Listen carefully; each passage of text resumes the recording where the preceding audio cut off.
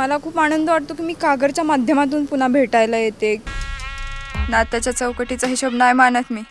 एकदा जीव लावला की मरेपर्यंत. पुन्हा उभ्या आयुष्यात डाऊट नाही घ्यायचा माझ्यावर. मी तर खूप तिला सांगितलं पण नव्हतं की मी सैराट बघितलेलं आहे. शूटच्या शेवटच्या दिवशी सांगितलं की हो मी बघितलेलं आहे. तुझ्या जागी दुसरं कोणी असतं ना तर चपलेन थोबाड फोडलं असतं. ज्यावेळेस सामाजिक असेल, राजकीय असेल किंवा कुठलाही विषय मांडू बघता त्यावेळेस तुम्ही एका विचारावरती ठाम पाहिजे. कार्यकर्त्यांनी सर्वत्र जाळपोळ करायला सुरुवात केली असल्यानं आता एक तर लढाई जिंकायची नाही तर वीरमरण पत्करायचं. नमस्कार मित्रांनो, मी पूजा बोरकर. लोकमत.com मध्ये तुमच्या सर्वांचं स्वागत आहे. सध्या सगळ्यांचं लक्ष आहे रिंकू राजगुरूचा पिक्चर येतो आहे कागर. सगळ्या सोशल मीडियावर म्हणा, सगळीकडे पोस्टरवर, सगळीकडे फक्त कागरची चर्चा आहे. काय आहे पूर्ण एक वेगळा तू अट्टास मांडला आहे खास करून आणि स्पेशल इलेक्शनच्या काळ. खास करून मांडलाय काय आता हे सांगते. पण खूप आनंद वाटतो की 3 वर्ष थांबून सुद्धा कागरला इतका छान रिस्पॉन्स देत आहेत. पुन्हा नव्याने येते भेटायला. तर गाणी इतकी आवडत आहेत लोकांना. टीझर खूप आवडला आहे, ट्रेलर आवडतोय आणि खूप कौतुक करतात सगळ्यांचंच. आणि मला खूप आनंद वाटतो की मी कागरच्या माध्यमातून पुन्हा भेटायला येते. की त्याच्यात सामाजिक विषय, राजकीय बॅकग्राऊंड आहे, खूप छान अशी लव्ह स्टोरी आहे आणि खूप काही सारं आहे जे तुम्हाला कागरमध्ये बघायला मिळेल 26 एप्रिलला. तुम्ही काय सांगाल रिंकू राजगुरू आणि ही नवीन जोडी प्रेक्षकांसाठी खास करून घेऊन आला? खास जोडी येते आमच्यासाठी, राणी आणि युवराजची.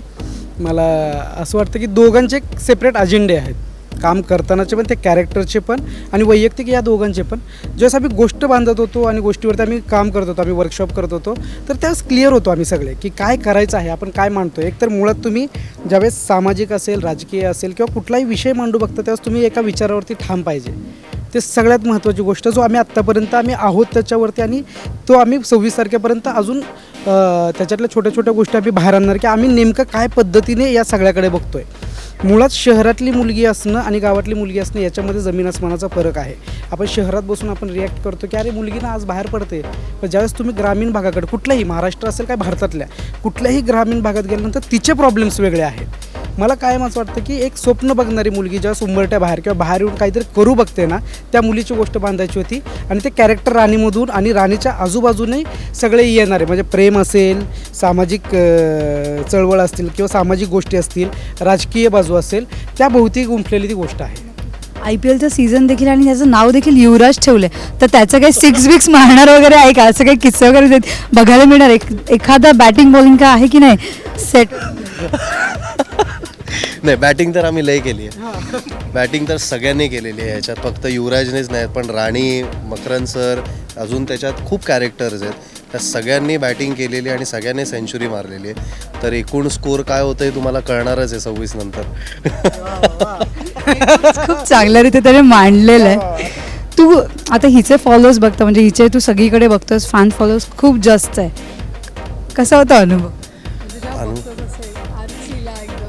हो, हां, रिंकूचं इकडनं बघतो लोक, मी इकडनं बघतो. आता बरं ना त्याच्यामध्ये मला असं होतं की बघा, पण नाही, पण सॉरी. तर ऑफकोर्स तिचं फॅन फॉलोईंग मी खूप आधीपासून बघत आलो आहे आणि ते कुठे असं लपत नाही, ते डोळ्यासमोर आहे. म्हणजे ट्रकच्या मागेही दिसतं तिचं फॅन फॉलोईंग काय आहे.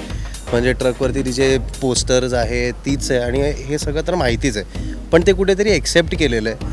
पण मी ज्या ही फिल्म करत होतो ना, मी त्या गोष्टी कुठेतरी बाजूला ठेवून तिला फक्त एक ॲक्ट्रेस म्हणूनच ट्रीट केलं.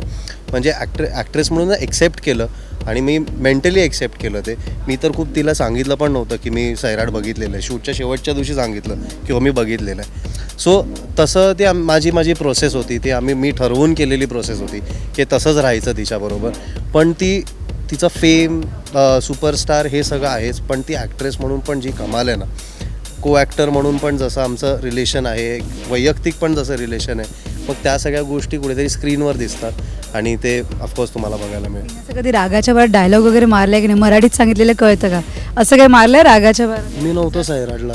सैराटला तुझंही नसला तरी असा कधी टाइमपास म्हणून सेटवर किंवा वॅनिटीमध्ये? नाही, ती तशी अजिबात नाही आहे. ती कम्प्लिटली वेगळं आहे. तसं काय नाही. तिचं आर्ची आणि रिंकूमध्ये असं काही नाही. खासियत काय माहिती का रिंकूची? नीट जर आपण बघितलं ना, तर आत्ता बर्डन घेतलं जातं कामाचं. खूप कलाकार आहेत नवीन की हे ते की मी एक रोल करतो आणि मी त्याच्यातच राहिलं पाहिजे, तशी नाही आहे ती. ती अशी कॅमेरा ऑन झाला की ऑन असते, ती कॅमेरा झाली की ती रिंकू असते. ही सगळ्यात मोठी खासियत आहे. सेटवरती असल्यानंतर कलाकारांनी को आर्टिस्टचे काय पद्धतीने ऐकावं आणि काय पद्धतीने त्याच्यावर रिॲक्ट व्हावं ना, हे हिच्याकडनं शिकलं पाहिजे बऱ्यापैकी. ही त्यामुळे हे आहे की इतर गोष्टींपेक्षा तिचं हे होतं की राणी म्हणून आम्ही हे काम करतो युवराज, ते दोघंजण पूर्ण वेळ त्याची प्रॅक्टिस करायची. आमचं वर्कशॉपला आम्ही काही छोट्या छोट्या गोष्टी वर्क केल्या होत्या, तर त्याच्यात असायचे ते की आपण डिस्कस करूयात, आपण बोलूयात, आपण अजून काय करू शकतो याच्यामध्ये, अजून खोलात किती जाऊ शकतो. आणि कॅमेरा ऑन झाली की ती ऑन असतात ते. की नागरादाने तारीफ केली, यांनी देखील केली, म्हणजे तारीफवर तारीफ चालू आहे. खूप छान वाटतं की कौतुक करतात, पण याच्या मागे त्या दोघांचाही तितकाच हातभार आहे की माझ्याकडून ते तितक्याच छान पद्धतीने काम करून घेतात आणि मला इतकं मैत्रीपूर्ण वातावरण देतात की काम झाल्यानंतर मी पुन्हा यांच्याबरोबर मजा करते. So much and all the best. Thank you.